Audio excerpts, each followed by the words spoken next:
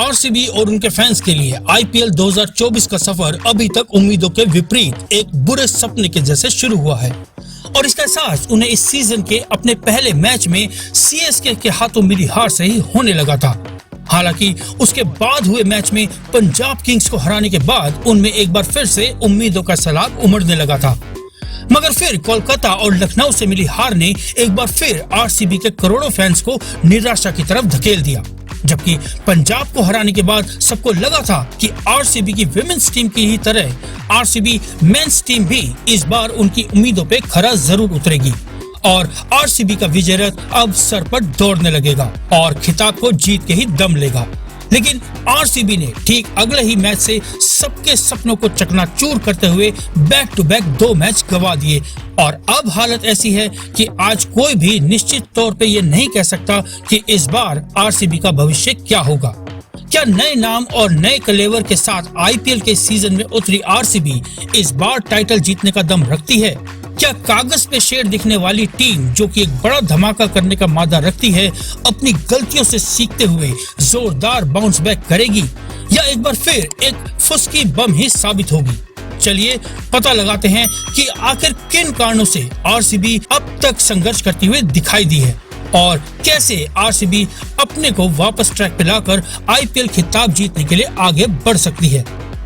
नमस्कार दोस्तों, स्वागत है आपका हमारे चैनल सी टैब यानी क्रिकेट टेल्स एंड बियॉन्ड पर।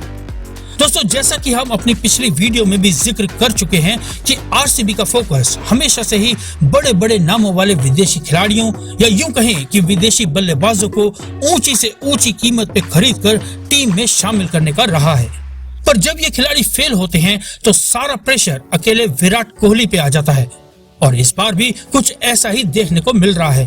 क्योंकि फैफ डु प्लेसी और ग्लेन मैक्सवेल तो अब तक फीके ही साबित हुए हैं और विराट कोहली के अलावा अगर किसी ने बल्लेबाजी में अपना अभी तक दम दिखाया है तो वो है दिनेश कार्तिक, जो कि 7वें नंबर पर बल्लेबाजी करने और अब तक हुए मैचेस में केवल 44 गेंदें खेलने के बावजूद आरसीबी की ओर से सेकंड हाईएस्ट स्कोरर है, जो उनकी क्षमता को तो दिखाता ही है पर साथ ही साथ बाकी खिलाड़ियों की परफॉर्मेंस की कलई भी खोल देता है। और तो और आरसीबी की टीम में विराट कोहली के अलावा इस सीजन में किसी भी दूसरे बल्लेबाज ने अब तक अर्धशतक तक नहीं लगाया है, जो बताता है कि ये टीम कितना विराट कोहली पे निर्भर करती है और मिडिल ऑर्डर कितना नाकामयाब रहा है। इसके साथ ही हम आपको बता दें कि आरसीबी की मुसीबतें सिर्फ बल्लेबाजी या to be precise middle order बल्लेबाजी तक ही सीमित नहीं है, बल्कि आरसीबी की दिक्कत उनका पेस अटैक भी रहा है,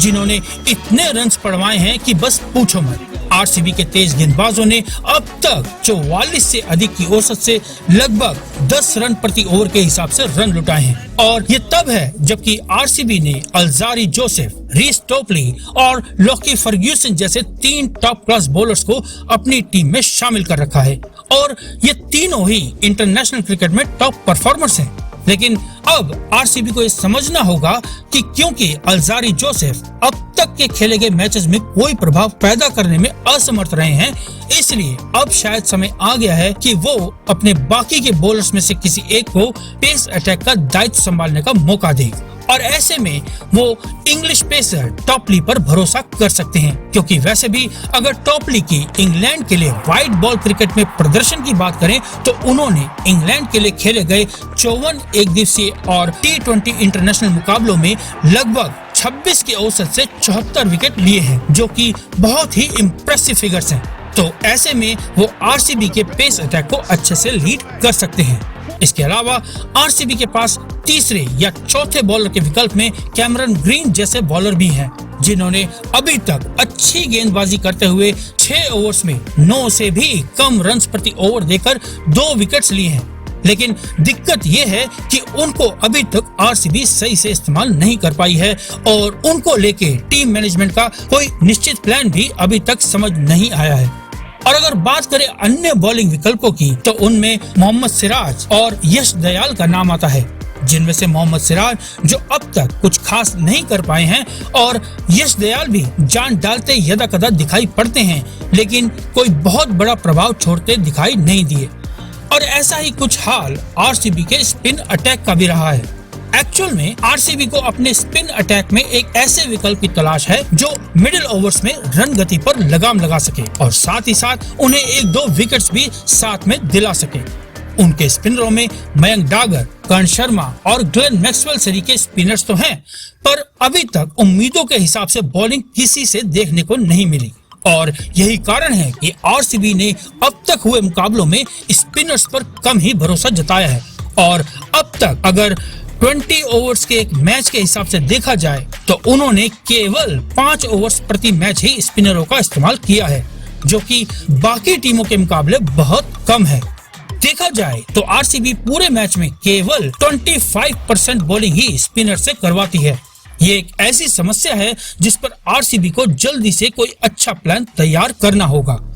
आरसीबी के अब तक हुए मैचेस में विराट और दिनेश कार्तिक की जोड़ी को छोड़कर बाकी सभी फेल ही साबित हुए हैं और सबके फेल होने के अलग अलग रीजंस हैं। उन्हीं में से एक रीजन के बारे में ऑस्ट्रेलियन ऑलराउंडर ग्लेन मैक्सवेल ने बताया। ग्लेन मैक्सवेल ने अपनी खराब फॉर्म का ठीकरा आरसीबी के घरेलू मैदान यानी एम चिन्नास्वामी स्टेडियम की अनएक्सपेक्टेड कंडीशंस पर फोड़ा है। हालांकि उन्होंने माना कि उनकी टीम की शुरुआत अच्छी नहीं रही है, लेकिन साथ ही उन्होंने घरेलू मैदान की परिस्थितियों को भी इसका एक कारण बताया। जबकि देखा जाए तो पिछले एक दशक से भी ज्यादा से चिन्नास्वामी की पिच लगभग सेम ही खेली है, जो बल्लेबाजी के लिए अनुकूल है। पर ग्लेन मैक्सवेल को बाकी सब चीजों पर सवाल उठाते वक्त उनके गैर जिम्मेदाराना शॉट सिलेक्शन के अपने निर्णयों पर भी सोचने की जरूरत है। जबकि लेजेंडरी क्रिकेटर और सीनियर कमेंटेटर सुनील गावस्कर का मानना है कि विराट कोहली और ग्लेन मैक्सवेल अपने बल्ले से कहर बरपाने की क्षमता रखते हैं, क्योंकि दोनों ही पारंपरिक शॉट्स खेलने पर भरोसा करते हैं। और बात अगर भरोसे की है तो आरसीबी को इसकी सबसे ज्यादा जरूरत है। उन्हें न सिर्फ अपनी क्षमताओं पर भरोसा करना होगा बल्कि अपने फैंस के भरोसे पर भी खरा उतरना होगा। और अगर आरसीबी को अपने आप को एक फुसकी बम साबित नहीं करना है तो उन्हें सही समय पर यानी अभी ही जागना होगा और कुछ महत्वपूर्ण निर्णयों और बदलावों के साथ मैदान पर उतरना होगा। तो आरसीबी का आगे का सफर कैसा रहता है ये तो आगे आने वाले मैचेस में उनकी परफॉर्मेंस को देखने के बाद ही पता चलेगा। लेकिन एक बात जो आरसीबी को ध्यान में रखना होगा कि उन्हें जो भी चेंजेस करने हैं या जो भी इंपॉर्टेंट डिसीजंस लेने हैं वो जल्द ही लेने होंगे, क्योंकि अगर अब इम्प्रूवमेंट नहीं दिखती है तो टाइटल जीतना तो दूर प्लेऑफ्स में पहुंचने की राह भी मुश्किल में पड़ सकती है। पर हम उम्मीद करते हैं कि आरसीबी हमें और अपने करोड़ों फैंस को अब और निराश ना करते हुए बड़ी मजबूती के साथ वापसी करेगी और इस बार खिताब ना जीत पाने के जिंक्स को तोड़ते हुए आईपीएल 2024 को अपने नाम करने में कामयाब होगी। और इसी उम्मीद को कायम रखते हुए हम भी ये उम्मीद करते हैं कि आपको ये वीडियो पसंद आया होगा। अगर आया है तो जल्दी से इस वीडियो को लाइक करें और अपने फ्रेंड्स के साथ शेयर करें और हमारे चैनल को अभी तक सब्सक्राइब नहीं किया है तो वो भी जल्दी से कर लें। और हम आपसे मिलेंगे अपनी अगली वीडियो के साथ। तब तक के लिए नमस्कार एंड जय हिंद।